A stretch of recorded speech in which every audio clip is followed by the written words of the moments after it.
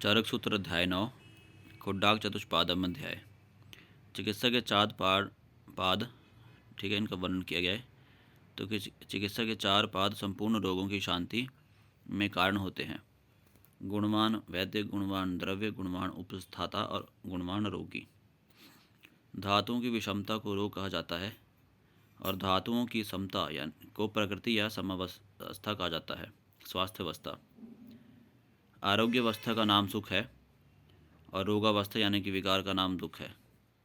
विकृत धातुओं में समता लाने के लिए उत्तम वैद्य आदि चिकित्सा के चार पादों की जो प्रवृत्ति होती है उसे ही चिकित्सा कहा जाता है। उत्तम वैद्य के चार गुण: शास्त्र का ज्ञान, अनेक बार रोगी औषध निर्माण तथा औषध प्रयोग का प्रत्यक्ष दृष्टा होना, दक्ष होना, समय अनुसार युक्ति की कल्पना में परम चतुर होना, पवित्रता रखना। उत्तम औषधि के चार गुण: अधिक रूप में प्राप्त होना, व्याधि नाश में समर्थ होना, एक ही औषधि में अनेक विध कल्पना की योग्यता होना, जैसे स्वरस, कल्क, चूर्ण, बटी, अवले आदि। औषधियों का अपने रस गुण, वीर्य, विपाक आदि गुणों से युक्त होना। परिचारक यानी कि उपचारक के चार उत्तम गुण होते हैं: सेवा कार्य का पूर्ण ज्ञान, चतुरता, रोगी के प्रति अधिक प्रेम और पवित्रता। रोगी के चार उत्तम गुण: स्मरण शक्ति, वैद्य की आज्ञाओं के पालन की प्रवृत्ति, निर्भयता, रोग तथा उपद्रवों को अच्छी प्रकार से बता पाना। 16 गुणों से युक्त ये चिकित्सा के चार पाद चिकित्सा की सिद्धि में कारण है। इन चारों में औषधों को जानने वाला, परिचारक पर शासन करने वाला और रोगों में रोगानुसार औषध योगों का योग करने वाला केवल वैद्य होता है, इसलिए वैद्य ही प्रधान माना गया है। जब वैद्य रोग दूर करने में प्रवृत्त होता है तो धातुओं की समता में रोगी, औषध और परिचारक कारण होते हैं। अतः चिकित्सा में प्रधान कारण वैद्य माना जाता है।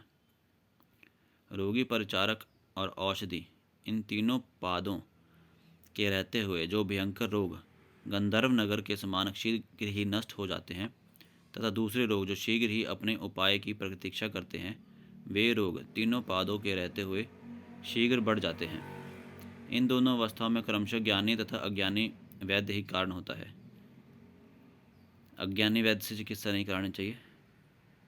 नियत आयु वाले शरण में आए हुए रोगियों को भाग्यवश से अच्छा कर लेने पर वैद्याभिमानी मूर्ख वैद्य अनियत आयु वाले सैकड़ों रोगियों को शीघ्र ही मार डालता है।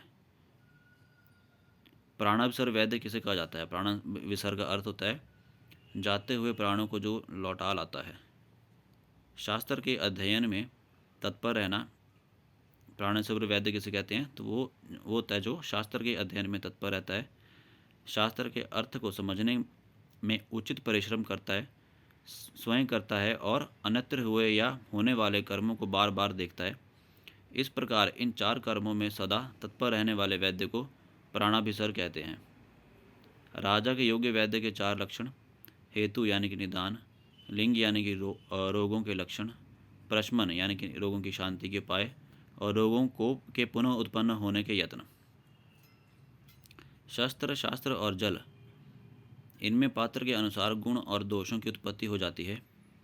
आयुर्वेद भी शास्त्र है, अतः इसके अध्ययन के पूर्व पढ़ने वाले शिक्षार्थी को अपनी बुद्धि की शुद्धि करनी चाहिए। साध्य रोग ठीक करने वाले उत्तम वैद्य के 6 गुण: विद्या, वितर्क, विज्ञान, स्मृति, तत्परता, क्रिया। निम्न 6 गुणों में से एक गुण का रहना भी वैद्य नाम ग्रहण करने के लिए पर्याप्त है। विद्या, आयुर्वेद शास्त्र का पूर्ण ज्ञान, मति, निर्मल बुद्धि, कर्म दृष्टि, चिकित्सा कर्म को बार बार देखना, कर्मों का अभ्यास, सिद्धि, चिकित्सा कार्य में सफलता के लिए, आश्रय, श्रेष्ठ गुरुजनों के अधीन रहना, वस्तुओं को प्रकाशित करने के लिए शास्त्र ज्योति के समान है और शुद्ध बुद्धि नेत्र के समान।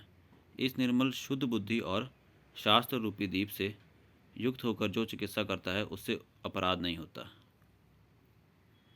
चिकित्सा कार्य करने में आतुर आदि 3 पाद वैद्य के ही अधीन रहते हैं, अतः वैद्य को वैद्यत्व यानी कि विद्या, वितर्क, विद्यामति आदि गुणों की संपन्नता प्राप्त करने के लिए पूरा प्रयत्न करना चाहिए। वैद्यों में 4 प्रकार की वृत्तियाँ होनी चाहिए। मैत्री, आत्रेषु कारुण्यम, यानी कि रोगी व्यक्तियों पर दया का भाव। शाक्य प्रीति ही, साध्य रोगों में प्रेम पूर्वक चिकित्सा करना। प्रकृतिस्थेषु भूतेषु उपेक्षणम, असाध्य रोगी या रोग में उपेक्षा का भाव रखना। इस अध्याय का उपसंहार कि इस अध्याय में रोग निवारण में चिकित्सा के 4 पादों की प्रधानता, 4 पादों के 4 गुण, चारों पादों में वैद्य की प्रधानता, वैद्यों में होने वाले गुण और उनसे होने वाले लाभ, वैद्यों का ज्ञान और वैद्यों की 4 प्रकार की व्यवहारिक बुद्धि।